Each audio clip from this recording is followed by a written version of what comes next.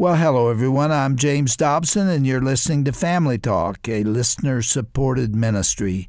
In fact, thank you so much for being part of that support for James Dobson Family Institute.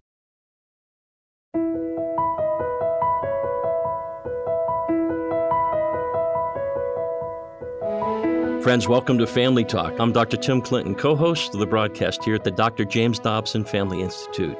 I'm honored to serve alongside Dr. Dobson as resident authority on mental health and relationships here at the JDFI. Thank you for joining us today. You know, the strength of our nation rests on the shoulders of families. As Dr. Dobson has famously said, the family is at the bedrock of the bottom of the superstructure of our culture. All other institutions and things in our society rest upon it and come up out of it. Right now, there is such a strong attack on the family. And you know, a real game changer for families are strong, God-led husbands and fathers, men that are really embracing their manhood with open arms to the Lord. That's what we need. Our guest today just wrote a book on that very subject. He is U.S. Senator Josh Hawley, and his book is entitled Manhood, The Masculine Virtues America Needs. He's a Republican senator from the great state of Missouri. In 2017, Josh proudly served a 2-year term as the 42nd Attorney General in Missouri. Josh earned his law degrees from Yale in 2006. As a leading constitutional lawyer, he was a lead attorney in the momentous and historic U.S. Supreme Court Hobby Lobby religious freedom case.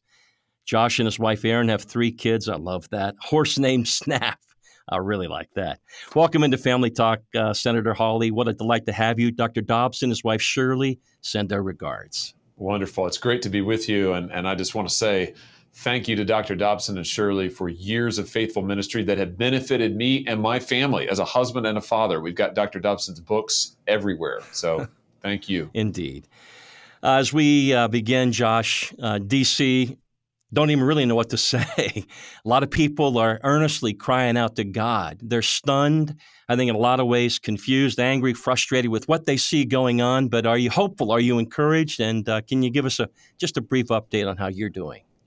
Well, I'm doing great. Thank you for asking. And my family is doing great. And for me, those two things are intimately related. I'm the father of 3, and my wife and I have been married 13 years. And I come home every night to my wife and kids. And to me, that is ground zero. That's what keeps me grounded. I've got a wife who loves the Lord, who constantly calls me to follow the Lord faithfully. And that is just the linchpin of things for me. Am I hopeful about the future? I am. And the reason for that is really what I write about in the book. I just believe that it is a biblical, scriptural truth that one person who follows the Lord, one person who answers the call, God's call in his life, can change the destiny of families and neighborhoods and communities. And I've seen so many men who have done that. In my own life, I see them doing that around this country. And because of that, I'm incredibly hopeful. Yeah. Hey, in your spare time as a senator, you wrote a book recently, Manhood, The Masculine Virtues America Needs. I went through every page of it. It's a moving read. It really is. Encouraged my heart. I have a real love for biblical masculinity and calling men back to that very thing. But talk to us about the word virtues, why you chose that and why it's so significant to the book. I really think that if you look at what the Bible teaches about what it means to be a man, I mean, ultimately, of course, it means to grow up into the pattern of Jesus Christ. What is it Paul says? That we hope to attain to the maturity after the stature of the fullness of Christ. It's a mouthful, but it's a great, moving, powerful vision. And that really begins with and centers on our character. So virtue is just another word for character. And I think that for men, what's it look like to that journey to manhood? It's a journey to character, having our character formed to become more like Jesus. There is a war going on in America.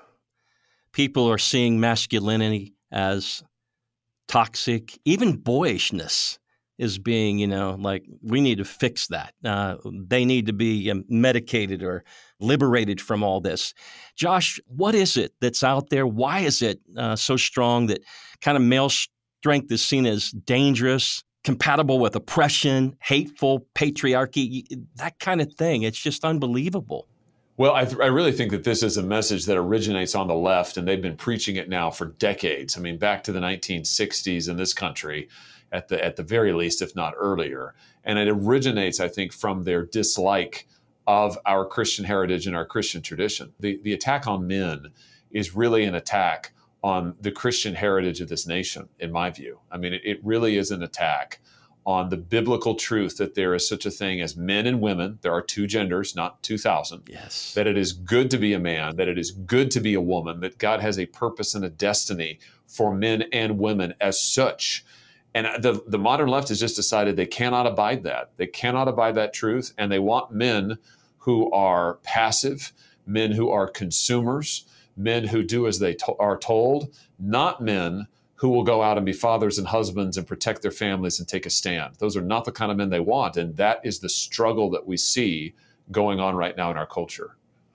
Senator Hawley, early in the book, you make a statement that I loved. All is not well with men in America. And you did a lot of research. And Josh, as you looked in, you talked about crime, you talked about fatherlessness, you talked about how especially that younger generation is struggling with work, to our boys struggling with performing in school and more. But what caught your attention? What kind of shocked you about what you're seeing with men in America? I think the thing that really, out of all the statistics, which are grim, the one that really, really stands out is the father crisis, the lack of fathers in America. We are living in an epidemic of fatherlessness. More Americans grow up now without a dad in the home than ever before in American history. More Americans grow up without a dad in the home than almost anywhere else in the world. I mean, it's really, really striking. And the consequences of that are immense. If you take a father out of the home, what happens? Poverty skyrockets. Crime gets out of control. Mental health issues metastasize. Conversely, if you put a dad back in the home, those things begin to resolve in ways that are really, really amazing. And I think the message of that is that we need fathers who are going to be responsible, who are going to be involved in their kids' lives, and are going to be contributors to their wives. I mean, men who will take responsibility for actually contributing to their marriages, contributing to their families, and being the providers that we need them to be. Yeah, what's scary too, Josh, is, as you referred, they're spending most of their time around screens, leisure, porn, and more. And you're right, mental health issues like depression, drug use and abuse, suicide are soaring. And it's really rooted, I believe, in the message that men have been preached, which is that they are toxic, that masculinity is always cancerous and downright evil. And men are told that they need to be passive consumers, androgynous passive consumers. Yeah, don't be men, sure. Don't be masculine. Yes. Just look at some stuff on the screen and entertain yourself. That's been the message to men, and that is in itself a toxic message. The idea that masculinity is toxic, the APA, the American Psychological Association, and more came out with, quote, if you practice traditional or you're raising your kids in traditional masculinity, that's toxic and needs to be corrected. Josh, in the midst of it, it's like toxic behavior is different. Masculinity is not toxic. Well, I think what we're seeing is that the lack of a healthy masculinity leads to toxic behavior. So it's really the other way around than what the left claims. The left claims that all masculinity is inherently toxic. Not true. If you have a vision for your life that is about being responsible, taking on responsibility, if you have a vision for your life that's about sacrificing for other people, as a husband would, as a father would, as a builder does, then the way you live your life is going to be a credit to you. It's going to be a credit to your children. It's going to be a help and credit to your community. But on the other hand, if you think life is all about you, and it's really just about, hey, life is meaningless, I just got to get as much pleasure and enjoyment for me in this moment until I die, then the kind of behavior you're going to engage in will be truly toxic. That's what the left fundamentally misunderstands. The gospel of self that they are preaching to men and women in this country leads to toxic, selfish, sometimes even violent behavior. You want to fix that? Give men a vision of what it looks like to live in a self-sacrificial way. In your book, Manhood, the Masculine Virtues America Needs, which, by the way, I think everyone listening needs to get a copy of this book. I think since Wild at Heart, this is the book you need to get your hands on. Josh, you quote anthropologist David Gilmour in the book, and the statement is this: manhood is that social barrier that societies must erect against human enemies, forces of nature, time, all of human weakness. And you're right. We need men. Most of the women that I talk to, Josh, love the men in their lives. They love their dads. They love their brothers. They love their sons. They love grandpa and more. And they want men to be strong.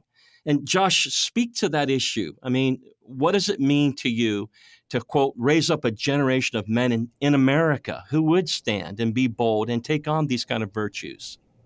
Well, I would put it this way. If you look at what the Lord called men to do, if you go all the way back to the Garden of Eden, look at the first man, look at the charge that God gave to him. God makes the world. He pronounces it good. In the center of the world, he creates a garden. He puts Adam in it and Eve too. And then he gives Adam particular commands. What's he tell Adam? He said, this garden that I've made, Adam, you keep it, you tend to it, you expand it. The job of a man is to take what God has made, what's beautiful, and expand it into the wilderness, to go out where there is evil and confront it, to go out where there's chaos and bring order, to go out where there is wilderness and make it into a garden in a way that's pleasing to the Lord.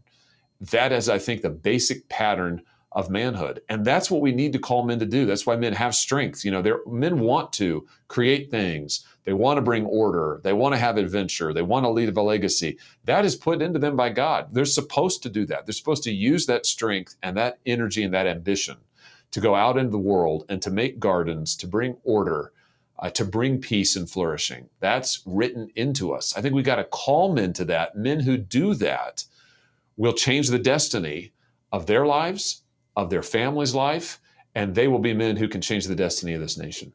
Josh, I love how you anchored your perspective in the Bible. Out of all that, you build the character or the heart of this book.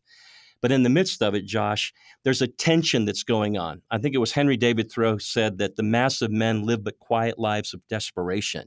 That beatdown that they face every day, regardless of where they're at, from social media and more, that they're buffoons, they're distant, engaged, self-absorbed, lazy, porn addicts, bad husbands, terrible fathers, and more. That message, it just keeps grinding on them. Even in church, a lot of men just hate going to church because it's like coming at them. But at the same time, there is this stirring going on inside that says, I have something to do. I need to step up and into this moment. I think a lot of the younger fathers, for example, are stepping up to the plate. Josh, how do you help men, and what do you say to them to help encourage them to press through that war so they aren't silent, they're not shamed, and there's not a stigma that they're walking around with? Well, I would just say this, that first of all, the Lord has a calling on your life. He's got a purpose for your life. He has a destiny on your life.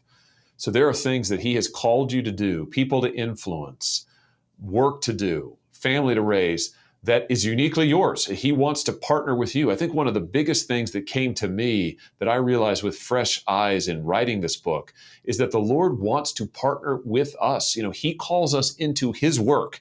Every father brings his son along into what he loves to do, right? That's part of what it means to be a father. That's how God the Father is with us. He brings us into his work. What an incredible calling. You want to matter in life? Answer that invitation to come and join the Father in his work. I think that's point number one. And then point number two is, men, go and be bold in the calling to which God has called you. Form that character. Form character after the heart of God. What's that look like? Well, form the character of a husband and a father, whether you're married now or not. Be a man who can be counted on and depended on. Be a man who can keep a commitment. Be a man who can build something, be a builder, a contributor, and then be a man who can bring the presence of the Lord with him everywhere that he goes. That's how you leave a legacy. And I just think the message to men is you are meant to leave a legacy. You are meant to have a destiny and to change the lives and the destiny of people around you. That's God's calling on your life. And you don't have to do it perfectly. I mean, that's the other thing I would just say is that, listen, and I tell these stories in the book, we all make mistakes and we do things that we regret. I've done that as a husband. I've done it as a father. I've done it throughout my life. The Lord doesn't demand perfection. What he asks for is your intention. What he asks for is your direction, where you will give your life to him, follow his call, and his grace will more than supply all of the rest. If we'll do what he calls us to do, he'll do the rest, and it will be powerful. Josh, I know that when men get together, something begins to happen. We host an event called Ignite Men's Impact Weekend, and Senator, you spoke recently at the Stronger Men Conference. When men start praising the Lord together, when they begin to receive from the Lord and feel safe, barriers begin to fade. We saw thousands of men come forward and fall on their face, crying out to God. And so many who witnessed it and those around who heard about it were encouraged in their heart that, yes, something's happening in and among men. And that's our prayer, that God would do that. Yeah. That encouragement piece. In the book you talk about Coach Tommy Hayes. I think he was your junior high coach. You talk about Coach Sev and more, and what they did, how they spoke into your life, and then those godly examples that you had. You talked so much about your dad and your grandfather and what he meant to you. Take us into speaking words of life over men and life into men, especially for the time that we're in. Well, I just think those men that you mentioned, my coaches, my dad, my grandfather, what they did to me is they said, Josh, there's a purpose for your life. God has a call on your life. And if you will respond to that call, your life can have significance and meaning. And I just think for men today, there's something that is so powerful about owning our need. I think that a lot of times as men, we don't like to talk about our need. We don't like to talk about our failures. And we think as Christians, that's a barrier to what the Lord wants to do in our life. The truth is that our need is a gateway to our destiny. Our need is where the Lord opens our eyes to see that we need him. And the whole key, I think, to being a man and being the man God calls us to be is getting into that point, that relationship with the Lord where he can pour his life in us, through us, out to the world. And so to do that, we've got to acknowledge that, yeah, we have need. We can't do it alone. We need the Lord's life in ours. We need his Spirit to fill us. We need his life to be poured in through ours.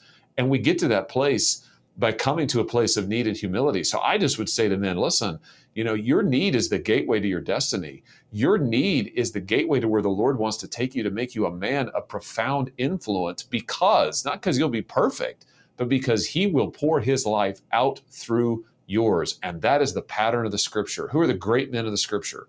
Were they great in their own? No. They were great because they were humble men who surrendered their lives to the Lord, and the Lord poured his life out through theirs. That's the kind of man I want to be. And I think that's the kind of vision we want to call men to have. Senator, you call men to be courageous and to be anchored in commitment, because that's what it's going to take. In the midst of it, there's a battle. And inside the book, you tell a pretty tender story of a high school friend of yours named Jake. Do you mind sharing a little bit about that and how it impacted you and why you put it in the heart of the book? Yeah, absolutely. This is not a story when I wrote the book that I intended to tell, but I found myself telling it, just grappling with the reality of evil in the world and really what it is that Jesus conquers. So in my case, Jake was my very best friend. From the time we were 14 years old, we grew up together, played football together. We're at each other's houses, part of each other's families. And then when I was 23 and he was just shy of his 23rd birthday, he committed suicide. He loved the Lord. I mean, this is a guy who loved the Lord, followed the Lord all of his life, and yet became depressed and lost sight of where he was going and who he was, and took his own life. And it was a profound loss for me, still is. I still miss him. Profoundly disorienting, because it really brought home to me the nature of sin and evil in the world. That's not just a concept. That's not something that just exists in the social system, so to speak. No, it's real. It affects all of our lives.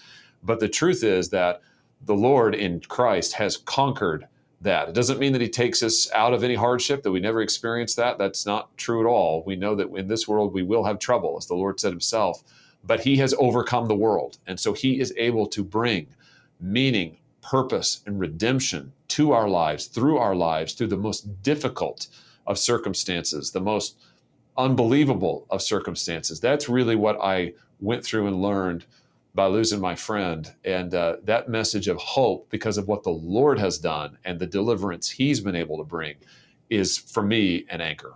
Yeah. What a moving story. It just reminded me as a counselor how real depression is and suicidality. There are men out there who are really struggling with issues. And I just wanted to take a moment to share that if you or someone you love is in a serious crisis and they're considering harm, maybe even suicide, please reach out immediately to get help. Just call the National Suicide and Crisis Lifeline. It's a new number. You can dial 988. That's 988 on your phone anytime, anywhere, 24/7, 988. It's free and it's confidential. Senator, we're fighting time. In the book, you talk about roles, husband, father, and then you go on warrior, builder, priest, king. Inside of those, you want to challenge men to understand a responsibility and the battle that's in the midst of it. Can you unpack what you mean by, say, being a modern day warrior? Absolutely. I talked there about the story of Joshua, a great character who means a lot to me since I'm named for him. And the vision is that God calls us as men to be individuals who will go out and confront evil in our lives, confront evil where we see it in the world, and put ourselves between danger and those that we love. I quote a scholar in the book who says that really to become a man is to make yourself expendable. It is to say that, my life isn't the most important. My interests are not the most important. There are more important people like my wife, like my children. And so daily, I'm going to put them ahead of me. Daily, I'm going to prioritize other people in my life. Daily, I'm going to confront hard things in my life so that I can serve others. To me, that's what it means to be a warrior. It's also what it means to carry the gospel forward. Where there's darkness, we speak truth into that. Where there's confusion, we bring the message of Christ. That is bringing the gospel into the darkness, into the wilderness. Senator Hawley, I know we share this in common. We're praying that God would raise up a generation of men who would not bow the knee, who would stand boldly for truth, who would take on those roles and responsibilities and be courageous for such a time as this. Senator, you represent that. You haven't just written this book, Manhood, the Masculine Virtues America Needs. You represent that, and we're grateful for that. How can our listeners pray for you? How can we, in this moment, for you, Erin, your children, and more, what are you asking God to do in and through you? Well, I just hope that the Lord will use me to accomplish His purposes, to bring hope to other men out there, to bring encouragement, and ultimately to bring His gospel message. So pray for me for wisdom and for boldness. He's called me to serve the people of Missouri, the United States Senate. Pray that I do that with integrity, but pray for boldness and courage in standing for the truth and standing for the Lord. That's ultimately what He calls all of us who follow Him to do, is to be obedient and faithful to Him. I say to my little boys who are 10 and 8 that following the Lord is the greatest adventure of your life. If you will follow Him, He will take you places you never dreamed of going. He will give you adventures you never dreamed you've had. And so our job is just to be faithful to Him and to love Him with everything that we've got. So you can just pray that I would do that, and I would teach my boys and my little girl to do the same. Josh, when you say you come home and kiss your kids and tuck them in at night, do you actually take your children with you to Washington? Yes, absolutely. This is a commitment that Erin and I, my wife and I, made when we first were praying to the Lord and asking Him, does He have us to run for the Senate? And we decided right then that the only way we would do that is if we kept our family together. And so when I'm in Washington, they're with me. When I'm at home, they're with me. So we go back and forth together, my 3 kids and my wife. And to me, that is how I stay anchored and how we stay a family. I see them every night when I come home. I get to pray with them and read them a story, my boys, every night. And we prioritize that time. And for me, I personally just couldn't do it any other way. That's keeping the main thing the main thing. You closed out the book with a moment with your grandfather, and you wrote these words in your final words to him: thank you for being a good man. May God do that in and through our lives, and may those who come behind us find us faithful. Senator Hawley, what a delight. On behalf of Dr. Dobson, his wife Shirley, the entire team here at JDFI, the James Dobson Family Institute, we salute you and pray that God would strengthen your heart. Thank you for joining us. Thank you so much for having me.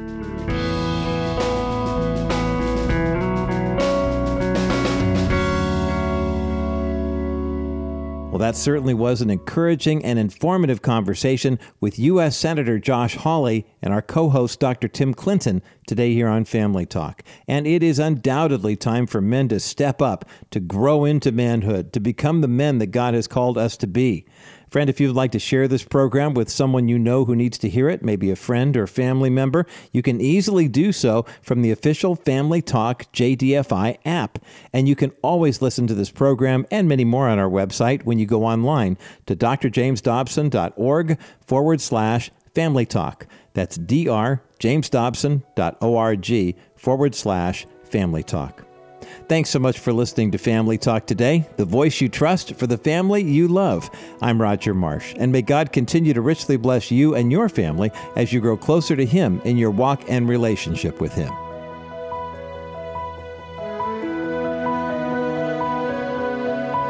This has been a presentation of the Dr. James Dobson Family Institute.